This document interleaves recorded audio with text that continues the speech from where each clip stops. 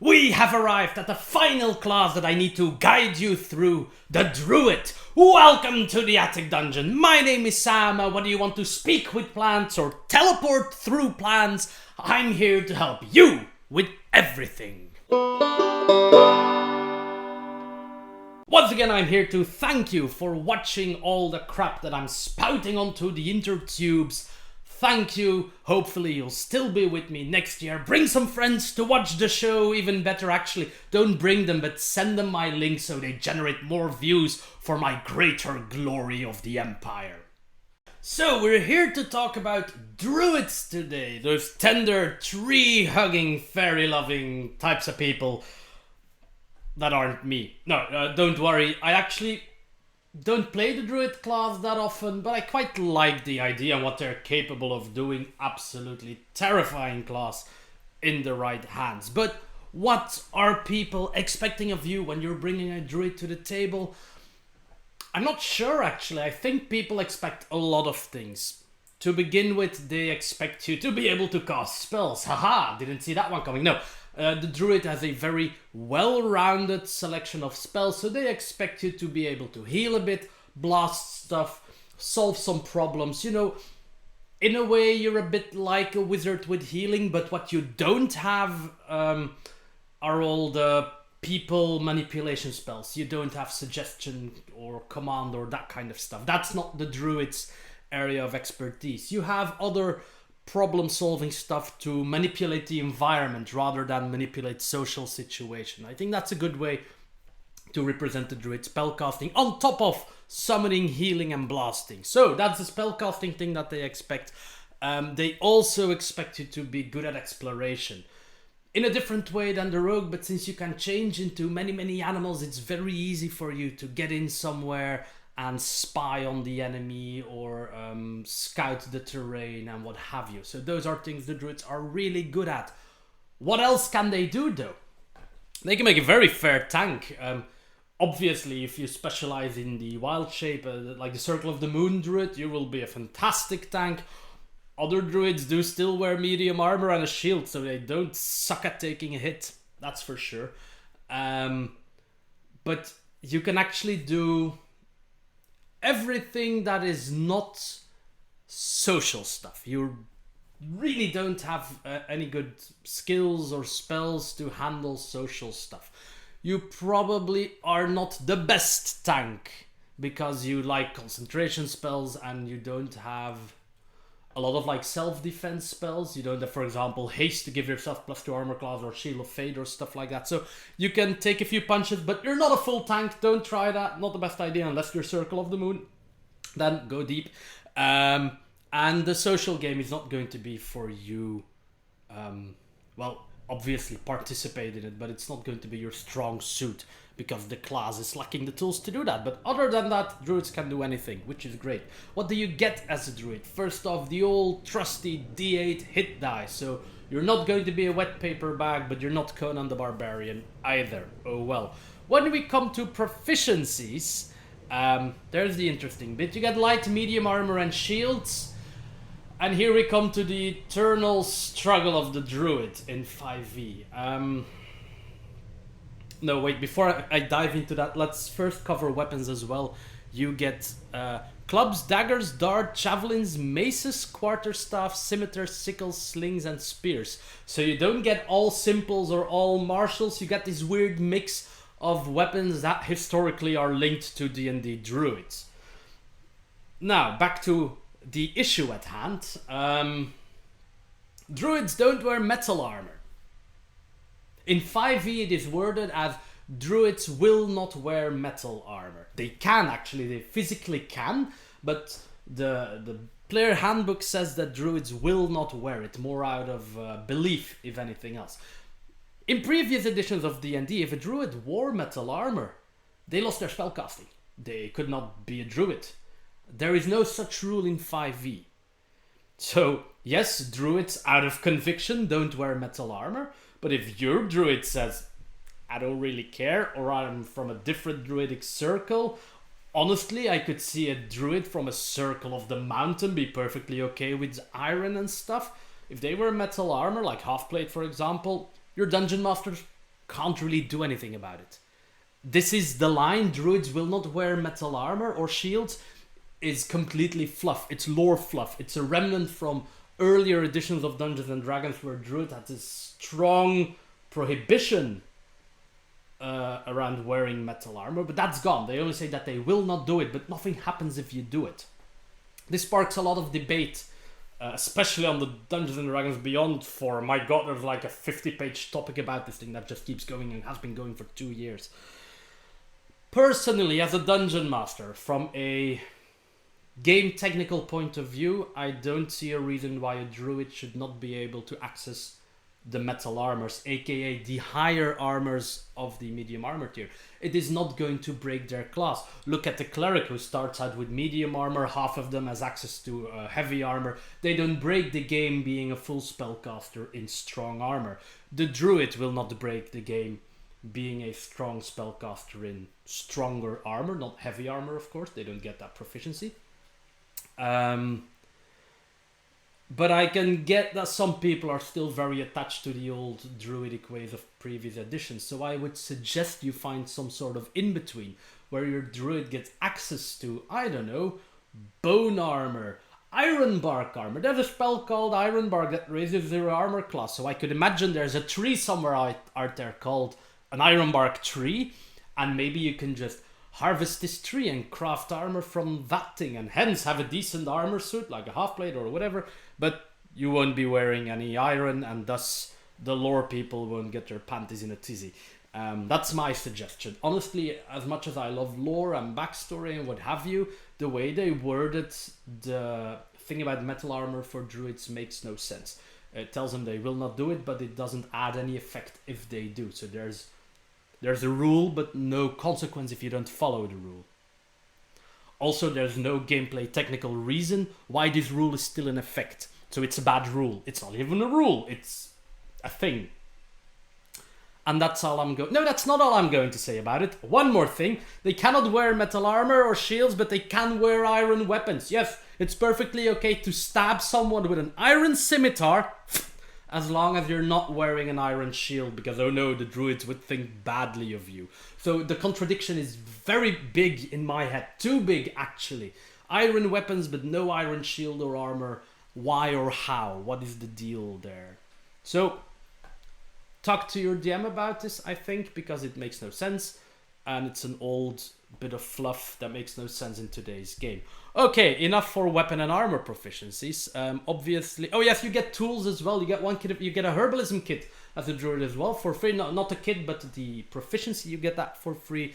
Saving throws, intelligence, and wisdom makes perfect sense. Actually, wisdom is going to be the more useful one as per usual. It will stop you from getting mind controlled. Intelligence, excellent against some crucial things like getting your brain eaten by a mind flayer. Intelligence saves are the best there. And skills, you actually get 2 out of a selection of 8. So you don't get more skills than the average class, but you have a wider selection of obviously druidic themed skills here. Ability score. Very simple. Wisdom is going to your spellcasting ability, so that is going to be your most important ability score, but you are a full spellcaster, and when you shape change, for the Circle of the Moon Druids, I want to go and fight like a bear, you gain the stats of the bear, so you don't care. So wisdom, and then dexterity and constitution, as always for armor class, initiative, hit points, concentration, you know, the usual shebang. And that's why you don't have a lot of charisma, and hence you're not a big part of the big social game. I've already talked about my beef with the ability score system. I'm not going to do that again here. What else do you get at level 1? You get the language Druidic on top of your other languages. So you get the usual stuff that you get from your race and your background, but then you also get Druidic, the secret language of Druids. You can speak it, and you can leave hidden messages in it, which can be discovered by anyone with a DC 15 perception check. So they're pretty, I mean, when they say hidden language, it's a pretty hidden language. But even if they discover the message, they cannot translate it without using magic. So only druids can read what you left, which is a cool lore gimmick. See, this is a useful lore gimmick. The metal armor thing is an unuseful lore. Stop it. Stop talking about the metal armor. Jesus. Obviously, you also get spellcasting. Now, this is pretty much all the druids are getting, because you will see in a moment that they are incredibly light on class features, very much like the wizard. You get spellcasting, you get the full 9 levels of wisdom-based spellcasting. They are prepared spells, like the cleric, like the artificer. You wake up in the morning, you meditate, you go through your entire spell list and you select the spells that you want to have. The amount that you can prepare depends on your wisdom modifier and your druid level, of course. Something that I saw that I always forget to mention for the classes that have it, but I shan't forget it for my last guide: ritual casting. Druids have ritual casting. Ritual casting actually means that you can cast a spell without spending a spell slot by taking 10 minutes plus the action time of the spell to cast, if I'm not mistaken. And this is good. If you have the time, you can save your spell slots. Which spells can you ritual cast? The one with an R next to it. You can only ritual cast them when you have prepared them. Which is different from how a wizard handles it. A wizard needs to have them in their spell book, but doesn't need to have them prepared. You need to have them prepared, and then you can ritual cast them. You can also just regular cast them when you're in a hurry, but if you have the time, you can ritual cast them. Good stuff. As I already said, the Druid spellist is a well-rounded spellist. Contains a decent amount of healing magic, a lot of blasting potential, raw elemental magic really is the shtick of the Druid here. Quite a few summons, both elementals, fays, animals, both, and I named 3 things. Hey, I'm a linguist by education, jeez. Must be the winter getting to me. No, so you get a nice amount of summoning spells, all logical druid stuff. Elementals, animals, fairies, you know, that, no demons. So healing, blasting, summoning, and problem solving stuff. The usual spellcasting list. It's all themed around elements or animals. Of course, you are a druid. At the start of the game, you get 2 cantrips, which is not that much to be honest, but you get more as you level up, of course, so that's not a big problem. That's pretty much it for level 1. At level 2, you gain one of the most... Oh, I am going to talk about the spells at the end of the episode when I've done all the class features. I'm going to talk about one spell of each spell level that I think is good for some reason instead of now. I just want to do class features first. So at level 2, you get probably the most defining feature of the Druid class, and that is Wild Shape. It is the one that you use to transform into an animal. You get 2 uses of this per short/long rest. So 1 short rest means you can turn into an animal 4 times a day. That's pretty decent. Now there are some limitations on what animals you can change into. First and foremost, there is a limitation on the challenge rating of the animals that you can select. When you get this feature at level 2, you can only change into animals, beasts that is, with a challenge rating of 1/4 and lower. And they cannot swim and cannot fly. Well, they won't have, you cannot transform into anything with a swim speed or a flying speed. So you can transform into a lizard but not into a housefly because you can't fly it. Obviously, because flying for other classes becomes accessible at later levels, not at level 2, so druids don't get it either. But still, you can get some good stuff like a spider for exploration. You won't be Spider-Man, you'll just be Man-Spider. But still, it works. At level 4, this feature upgrades allows you to have half challenge rating beasts, and you can swim now. You can take things with a swim speed, and at level 8, you will get 1 challenge rating and you can fly as well. So that's when you can start taking birds and stuff. This isn't going to be used in combat a whole lot for most of you druids. Because the challenge rating of the animals is too low to actually be useful in combat. Also, important notion here. When you shapeshift, you cannot cast any spells. Your little spider mind and spider legs are incapable of casting Call Lightning. However, transforming does not break concentration on existing spells, and it does not prevent you from using your action to continue a spell effect like Call Lightning. I was right the first time. Right, never mind. Call Lightning, for example. So if you cast Call Lightning while still in Druid form, and you then shapeshift into a spider, you can stick to a wall and Call Lightning on something every turn, and chances are existing they won't see you. So there's a bit of cheese and wiggle room to use this in combat, but it's usually not the most efficient way. If you want to use your wild shape in combat, go Circle of the Moon subclass. But subclasses are for later. As always, we continue with features. Now, Tasha's gave us one new cool feature, because in previous editions, Druids were also often seen as a class with easy access to pets. Hence why they have a lot of summoning magic, but they didn't have this faithful companion that they could summon. And Tasha's added the option of using a wild shape charge to summon a wild companion. So basically you get the Find Familiar spell for free as a druid, but it costs you a wild shape charge, and the beast will, well, the thing that you summon will be considered the beast and not a fae, and it disappears after hours equal to half your druid level. So at level 2 you can summon a familiar for 1 hour. There you go, that makes sense. Level 4 is our next druid. Yeah, well, obviously you also get to select a subclass at level 3, I believe it is, or is it level 2? I don't really care because I'm not talking about those today. Level 4, 8, 12, 16, and you guessed it, 19 are of course your ability score increases, which I barely cover anyway. Max out your wisdom, get some cool feats, you be you. And you're going to be devastated at how little other stuff druids are getting. Tasha gives us one more thing. At level 4, you get cantrip versatility, which allows you, at your ability score increase levels, you can also swap out a cantrip. There you go. Replace one cantrip for another cantrip. Ta-da! And then we come to the final 3 druidic features, one of which is mostly cosmetic. At level 18, so there's a gap, I'll repeat this, between level 8 when you get your final upgrade to wild shape and level 18 there are no base druid features that you will be getting. There are of course subclass features. Just like most other classes, you get 3 or 4 subclass features throughout the levels. Most of your shebang comes from your spell list, which has also been augmented by Tasha's of course, and many other books.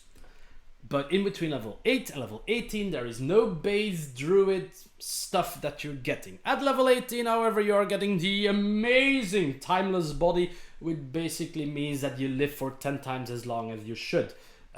Each 10 years that you live only takes 1 year for your body. So an average human who would live, let's say, 75 years would now live 750 years, which is insane for like role-playing value. This is pretty cool. You could, if you ever play this high-level one-shot, you could be this 500-year human druid who has seen the world, and nobody would expect it. If you see an elf, you expect them to be 200 years old, but nobody expects a 500-year-old human. That's good. It's also good that this game doesn't have any age disadvantages, because this would be an issue.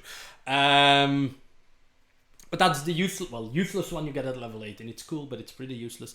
The other one is beast spells, and that's more important. At level 18, you can cast spells while you're in wild shape, as long as they don't have a component cost. You can do verbal and somatic thingies for your spells, but you won't be able to provide material components. So it opens up quite a few spells while you're shaped, but it doesn't open up everything. Still, you can be the Fly of Death now, casting Call Lightning whilst being a fly and then continuing to zap people.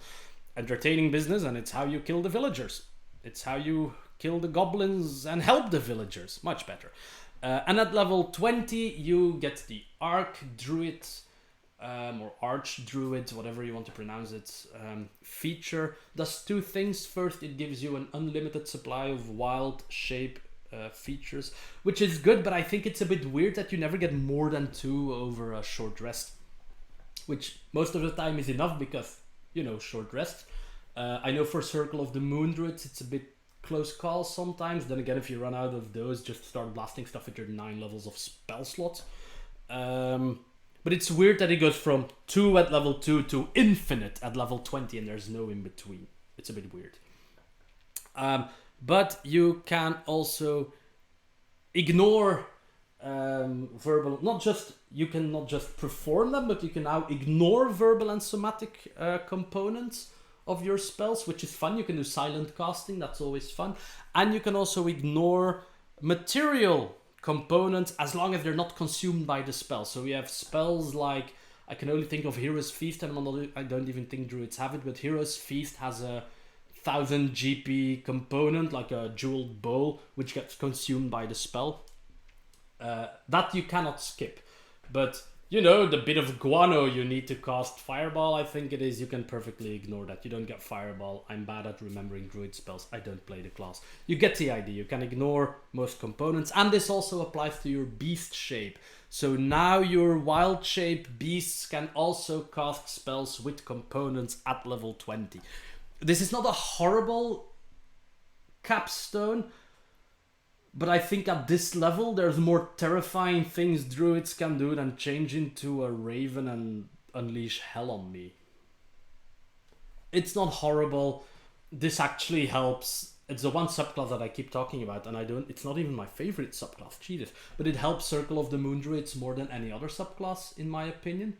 Other Druids don't nearly get as much advantage from this capstone, like the Shepherds, the Circle of the Land Druids. They don't get as much from this as the Moon one does. It's weird, but it's not bad. It's not like the Ranger cap, which is horrible, but it sure as hell isn't the Barbarian capstone. So yes, I've covered all of the Druid's base features. We're done for oh no, wait, I was going to talk about spells. Haha. So I said it before, just like the Wizard, the Druid gets very little base features, but has a lot of spell diversity to compensate for it.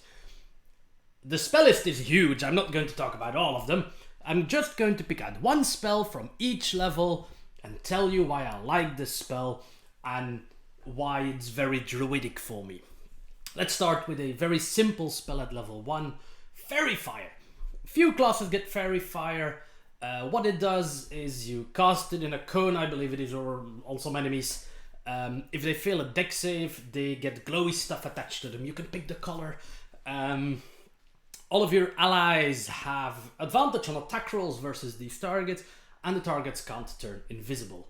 I love this spell utility-wise. Granting advantage to your martial party members is great. Maybe you even have an attacking cantrip yourself. Maybe you're a shillelagh, or whatever you pronounce that thing, like a user. I want to bonk them. This spell will complement that greatly. Preventing invisibility is fun, but it's the delightful flavor that I like this for. I have a soft spot for like druidic characters that work with little fairy lights and what have you. Think of Groot in his final moments in Guardian of the Galaxy 1. All the little spores that he makes and they glow. I like that kind of stuff. So Fairy Fire is a very easy fit for me for druidic characters. I love the shinies. From the level 2 pool, I picked Summon Beast, and I picked Summon Beast because I was very pleasantly surprised at how good this spell is. If I'm not mistaken, I actually have to check this because I forgot. Summon Beast comes from Tasha's. Let's see. Level 1 spells, level 2 spells, alphabetical order. I was actually going to pick Moonbeam first because back when I played World of Warcraft, I had a druid. It wasn't my main class. Paladins, yay. I really like being a balanced druid and shooting starlight at people. Hey, the glowy druid stuff, there's a theme here. So Moonbeam I really like for the visual as well, but I took Summon Beast. Yeah, it's from Tasha's, because this is actually a super solid summoning spell at low levels. The beast that you get is somewhat enhanced by the spell slot, so the higher the spell slot, the beast... the stronger the beast becomes. It even gets extra attacks. If you use level 4 spell slot on it, it gains multi-attack. If you have a level 8 spell slot for some crazy, insane reason, the thing has 4 attacks. The spell level influences quite a lot of statistics of this beast, and that is what makes it very flexible when you upcast it, but it is a very solid, punchy thing. And a good, I mean... Okay, retake my thread here. So Druids had a lot of summoning spells like where you had less control over what you were summoning. I'm thinking of some summon elementals, which I have later on, but I forgot the spell, like summon forest critters, or what is it there? The spell where your dungeon master actually decides what gets summoned. You have possibilities, but the DM decides the summon. Here you're in full control of the summon. You can select some properties. You can select what it does. You won't be unpleasantly surprised by it. It hits hard, I think, for a level 2 spell. Especially since it can stay for an hour. Yeah, an hour, it's a concentration spell, of course. But it's your first very decent summon spell, which gives you that loyal companion that you can shape whatever you like, because that's the fun part. It doesn't have a fixed shape. You can summon any beast that you like. My girlfriend used to summon a goat because we had a satyr monk in the party, and they had a wonderful love arc, actually. Anyway, summon beast, good level 2 spell. Third level, I have to indulge my eternal passion for lightning magic. Call Lightning is here mainly to bring into the attention the fact that you can cast this spell, shapeshift into something, and continue zapping people by using your action to call down lightning.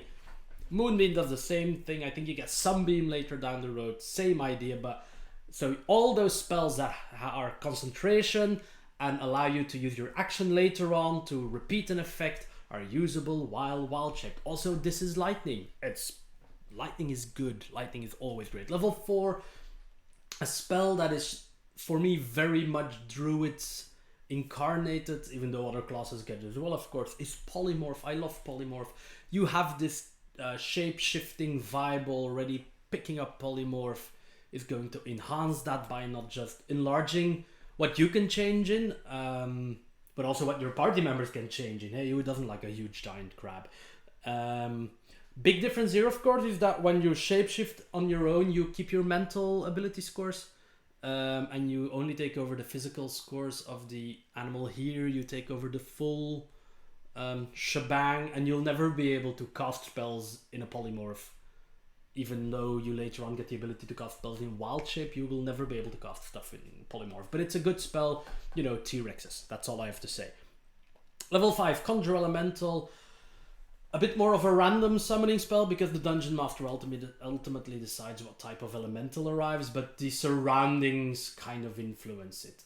It's also good because you can upcast it and the challenge rating of the elemental will go up. So your Dungeon Master will have to provide you with a stronger elemental. I like this because not all summons have to be puppies and fairies. Sometimes you just want to summon a living tornado of magma and be done with it. And this is the spell for it. The Druid has a very strong summoner subclass, whether you're summoning multiple creatures or just one big bad guy. Summoning subclass is actually pretty good. It's the Shepherd one, by the way. So for the level 6 spell, I took Transport via Plants. It's a bit of a niche spell, but I love the potential applications of this. What this does is when you cast it, you need to designate a large and inanimate plant within 10 feet of you. Easy. Then you can walk through the plant for 1 round, short window, and you can teleport to any other plant you've touched on the same plane of existence. So you can travel around the world. Period. You can just disappear and go anywhere. Any other plant you've touched on the world. For a druid, that's going to be a lot of plants, ladies and gentlemen. Let's be fair and not count walking barefoot to the grass as consciously touching plants, because otherwise every blade of grass is a potential target. You can see my vast potential of the spell here. But still, I mean, gifting somebody flowers suddenly becomes a very has another meaning as for a druid, because the thing is, the spell defines that the plant you cast it on has to be large and inanimate. It does not specify that for the second plant, for the target plant. But even if your DM rules, and that would be fair, that the plant from which you exit also has to be a large inanimate plant, any tree goes. You can touch a tree and teleport back to it at any time during the campaign. Touch a tree in every town you go to and you'll never be out of travel arrangements. At the highest of the levels, you have 2 level 6 spell slots, which means you could touch one plant, jump to it, through it to a specific location where you need to quickly do something, and then recast the spell on the plant you just exited from because you've touched the first plant or whatever. Just touch the first plant to cast the spell and then go back through it. I mean, this is... I love the potential of this spell. The downsides are, of course, a very short span of the spell. You only have 1 round to use it, and you cannot take your teammates with you. Oh well. Just play a party full of druids and all take this spell at level 6 and make your dungeon master crazy. No, level 7, something completely different. Something actually a bit undruidic for me, because it's not something that is seen as a force of nature very often, but the spell Reverse Gravity has a lot of appeal to me. It does exactly what it says. You pick a cylinder, the cylinder has a 50-foot radius, so 100 diameter, and it goes up 100 feet as well in a cylinder, as I've already said, and you reverse gravity there, so everybody starts falling upwards. It is not slow fall, a feather fall or whatever. They don't gently float up, no, they just fall up. And when they exit the spell's area, they fall down again. When you finish the spell, they fall down again. When they hit the ceiling while falling up, they take falling damage. Break the spell, they fall down again. They take falling damage. This is mean. They can do a dexterity saving throw to clutch onto something. That is possible. There's nothing to clutch onto. Desert. This is a big issue. I love this spell though. It's very passive aggressive. I'm not killing you. You're just falling to your death. Ta-da! It's something different from the occasional lightning storms. Level 8, I took a spell to like signify this elemental potential that the druid has. I took Earthquake to talk about. A very simple spell on its own, but I like how this spell and one of the level 9 spells that I didn't pick approaches nature magic. They build up over a few turns. Earthquake starts very simple. When you cast it in a very large area, the ground starts shaking. Every creature has to do a constitution save. If they fail, their concentration breaks. Makes sense, there's an earthquake. And they fall. They just fall prone. There's no damage yet. On the next turn, fissures start opening and people can fall in the fissures and huge damage will ensue. Buildings will take damage every turn and start collapsing on people. The potential for destruction is huge in this spell. The one downside would be that your dungeon master ultimately decides where the fissures will be. If your dungeon master aligns your earthquake so that none of the fissures hit the enemies, he's a douche dungeon master, and I'm wondering why you stuck with him until 8th level spellcasting.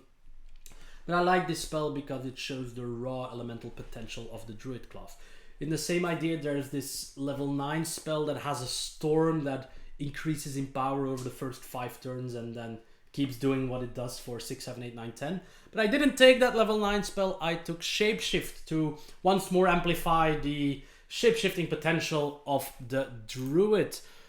Shapeshift is very simple actually. Shape change. Sorry, if you go looking for the spell, it's shape change.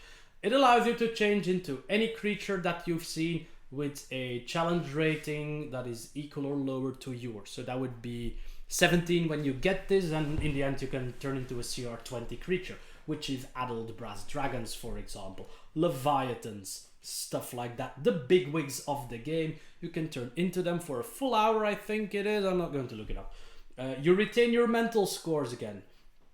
You take over their physical scores, you keep your skill and saving proficiencies, and you add those of the creature that you transform into. So it could be that you suddenly end up with a lot more saving throw proficiencies and skills than you had before.